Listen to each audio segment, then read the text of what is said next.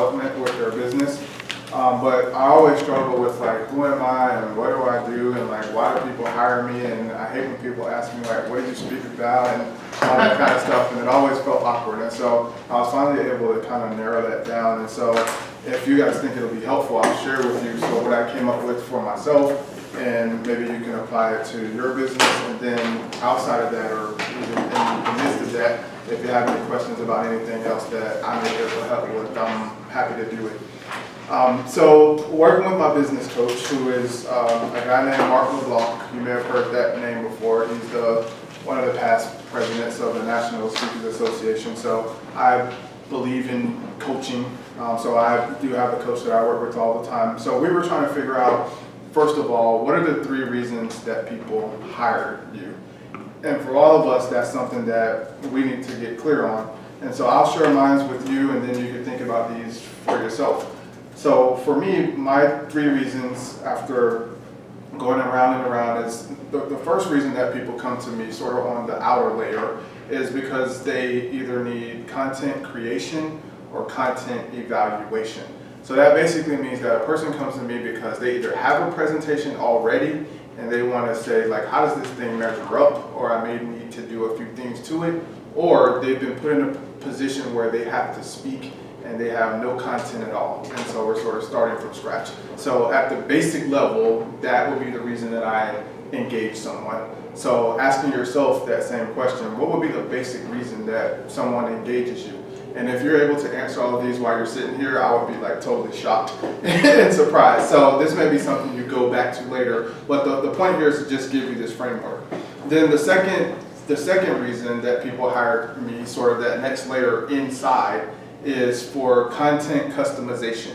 So they came to me originally because they either had a speech that they wanted to improve or they were put in a position to talk and they didn't have anything at all. So the next layer is content customization. And basically there is, what I do is take a sharp eye and a sharp knife to their content. Basically what I'm trying to do is tailor it to fit the individual. So we all talk about leadership or speaking or whatever the case may be, happiness, but we all talk about it in our own unique way. And so how do I tailor that and customize it to the individual? So in my process, what I do is extensive questioning of the clients that I work with. It's audio recorded, and I have a set of questions that I ask them depending on the individual and the topic, and we really get into the nitty-gritty about how, what happened. So using you as an example, Kevin, just because we saw your video and people know your story, like I would really ask you questions about what was it like in prison, what was it like emotionally, what was it like not to be connected to your family, all of those things, because in that process,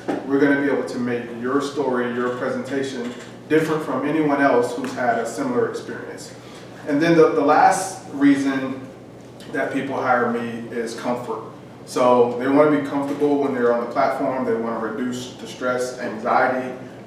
Most of my clients also want privacy, but they also want a plan. So I got to give this presentation in 30 days. I have absolutely no idea what to do. It's like, what's the game plan? Like, how are we going to put this thing together? So now, for me, I can put a fence around. Those are the 3 reasons that people hire me. They either have a speech that needs work, or they either been in a position to speak and they don't have any content. Either way, that has to be tailored to fit that individual, and at the end of the day, they walk away with a plan, they're comfortable, the anxiety is gone. So now, any client that I speak to, this is the map that I use. If someone calls me and asks me to speak about something or someone is interested in coaching, everything that I say to them comes from this sheet right here, and it's been such a stress reliever. So those are the 3 reasons why people hire me. Next is, what are the 4 cornerstones of your business or your work with clients? So what are really the 4 things? And you may have 3 things, you may have 5 things. But for me, it's like, what are the 4 cornerstones? So what are the 4 things when people engage me? What happens that's different from any other speech coach or presentation coach or speech writer? And so I'll give you the 4 things, and then I'll come back and kind of speak briefly to each one of them. So number 1 is awareness. Number 2 is relatability. Number 3 is positioning. And number 4 is impact. So 1 is awareness, 2 is relatability, 3 is positioning, and 4 is impact. Now, these are important for me because when I'm on the phone with the prospect, or if I'm talking to someone who's a client, you know, we all want to impress them with that conversation. I know by listening to someone which one of these things they may be struggling with just by the conversation we're having. And so that clues me into which one of my 4 cornerstones do I need to talk to this person about. And so it eliminates a lot of unnecessary conversation, and I can get right to the heart of the issue. So with the awareness, I actually talked about this earlier, being what's your unique perspective on what it is you're talking about. So when I asked earlier, you know, what does your audience currently believe and how are they behaving? And then on the other side of that, what do you want them to believe and how do you want them to behave? That gap that exists in the middle is where your presentation actually lies. And for me, that's all about, with my clients, clearing the fog. So the first thing that we gotta do is clear the fog. You gotta understand your topic better than the people that you're speaking to. I always tell my clients, if it's foggy in the pulpit, then it's foggy in the pews, right? So if you don't know what's coming out of your mouth, it's foggy in your head. When you speak it, it's gonna be foggy to the people that you're speaking to. So we gotta clear that up. And then under the topic of relatability, what I'm looking for there really is connection. And so what that one is, how do I understand the needs of my audience? Because if I understand the needs of the people that I'm speaking to, and this sort of goes back to the point that I made in the introduction about asking 3 questions. Have you ever had a problem with this? Or have you struggled with this? Or do your team members do that? Well, if so, then, so it's like, what is that connection point? What can I say to these people, this audience, that I know I'm gonna connect because I know that they have this challenge or they face this struggle?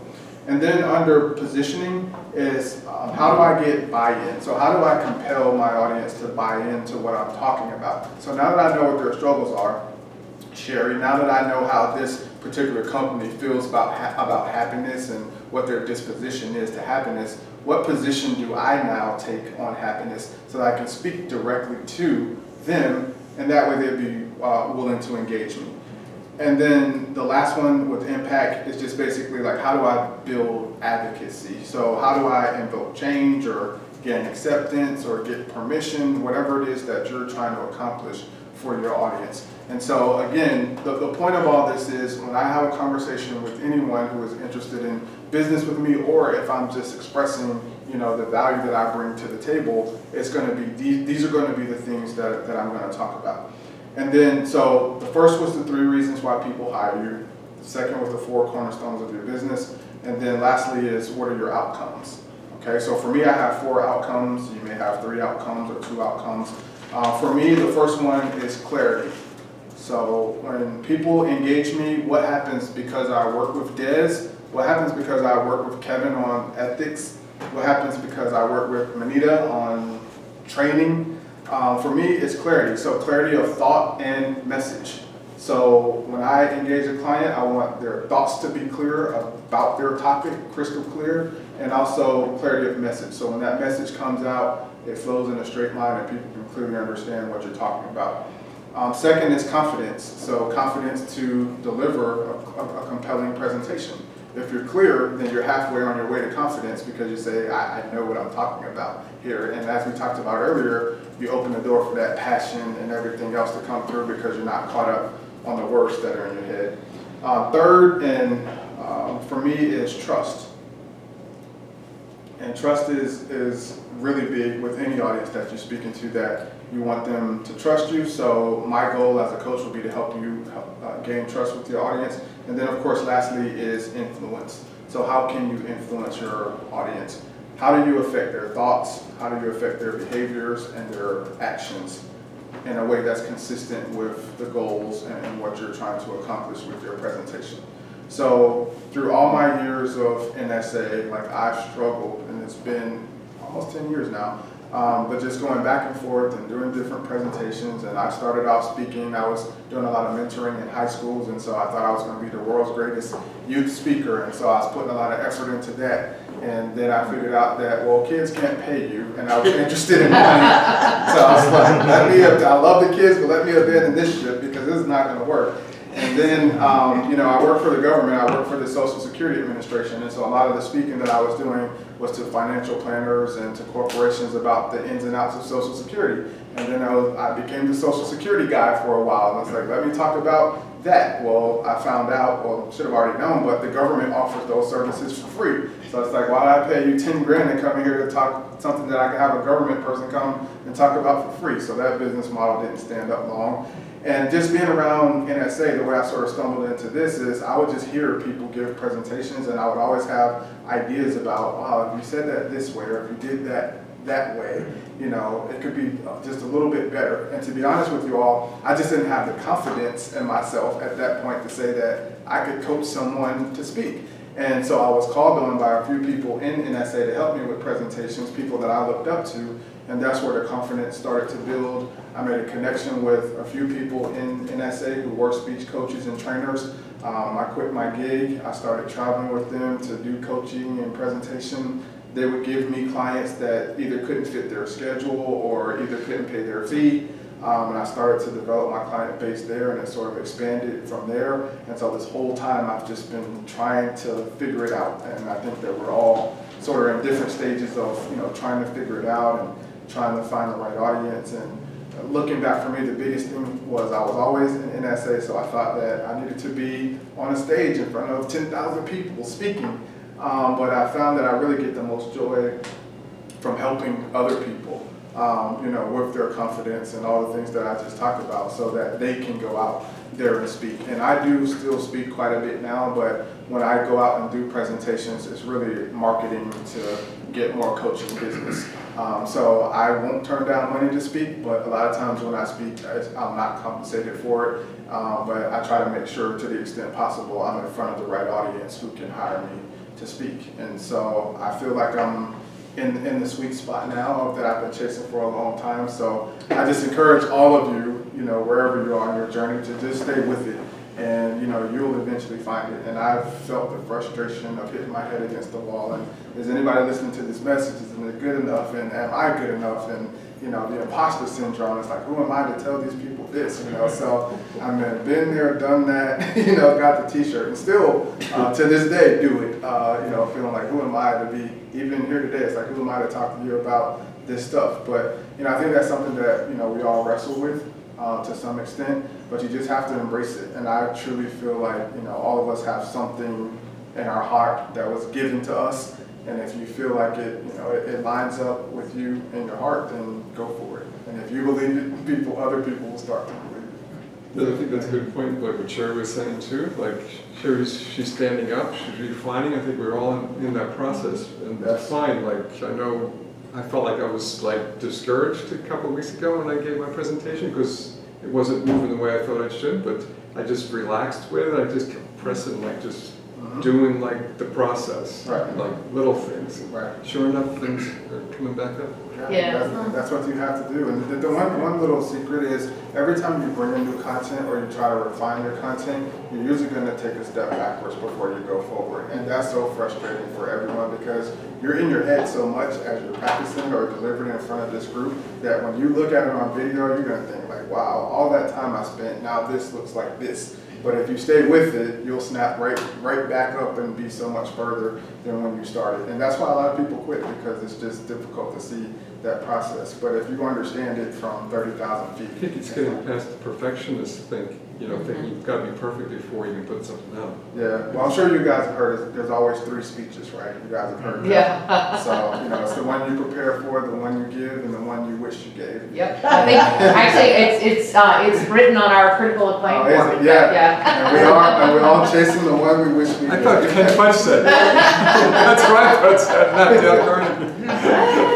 Well, and I think too, you know, it's interesting how, and I do this as well for the perfectionist thing, right? Is that you feel like you have to, when I get up, it has to already be there. Right. But the only way to get there is to get up, right? You have to, that's why it's like go find 2 more places where you can give that talk, right? Just get up there and do it over and over and over again so that you get out of your head in the process. And yeah, so. I think a couple of weeks ago, how supportive you were to me, Christy. Like just afterwards, I think you noticed my little dejection and said, okay, how are you feeling now? just to have that support like that really allowed something to percolate within and keep going. And this is the perfect place to do it. So this room should be the last place where you feel awkward or embarrassed, because you don't want to practice in front of clients that pay them. So it's like, that's why we're here, to do this. Well, and you also don't want to practice in front of friends and family who are just going to say, "Oh, you're fabulous. That's wonderful." And there, like I said, there's nothing but love in this room, but we're going to give it to you straight. So, yeah. No, I'm more nervous giving talks here when I go out to the public. It's like, it's so easy giving a talk. I find that. Well, that's a good thing. Yeah. Do you all have any questions for me at all about NSA? I know some of you are relatively new to NSA, but may not be new to speaking, or just anything about the experience. I'm happy to share anything open. Well, maybe also we could ask our guests and new members to weigh in on what you thought. It was your first experience, so. Anita? For me, I thought this was phenomenal. I like the candidness. I'm like Romeo said, I love for people to give it to me straight. I hate fluff because that's not how you improve when they give you fluff. So like you're kind of like, but I love the candidness. I can feel, most of the time I'm an observer, and I like to watch people. That's just how I am before I actually say anything, just to kind of, feel the room. And I can say for NSA, for the events that I've attended, I felt comfort, every one of them. I mean, even in this small setting, Friday coffee, all of it, everybody was inviting. So it's actually, I'm like over the fence and saying, okay, I need to join this organization. Yeah, seriously. So Trisha will be glad to hear that. Mike's like, I got an email from Sandy too. You haven't bought your tickets yet. I'm like, I know. But no, this is phenomenal. I've been in a impromptu speaking training before, and it was only 2 days. And it was good, great feedback, coaching, saw yourself on video and give you feedback. So when I walked in and I saw the video, I was like, wow, great. Because, watching yourself and seeing how you actually move, thinking that, oh, I think that went well, but then we see yourself on video, it's like, oh. Did I say and right to that many times? And those different things. So, this was great, and it's actually more than what I expected. Good. To get like to over-deliver. Yeah. I think it's one thing to be told something, it's a whole different thing to experience it. And I heard from so many people about NSA, and the big word, the buzzword is always generosity. That's the word.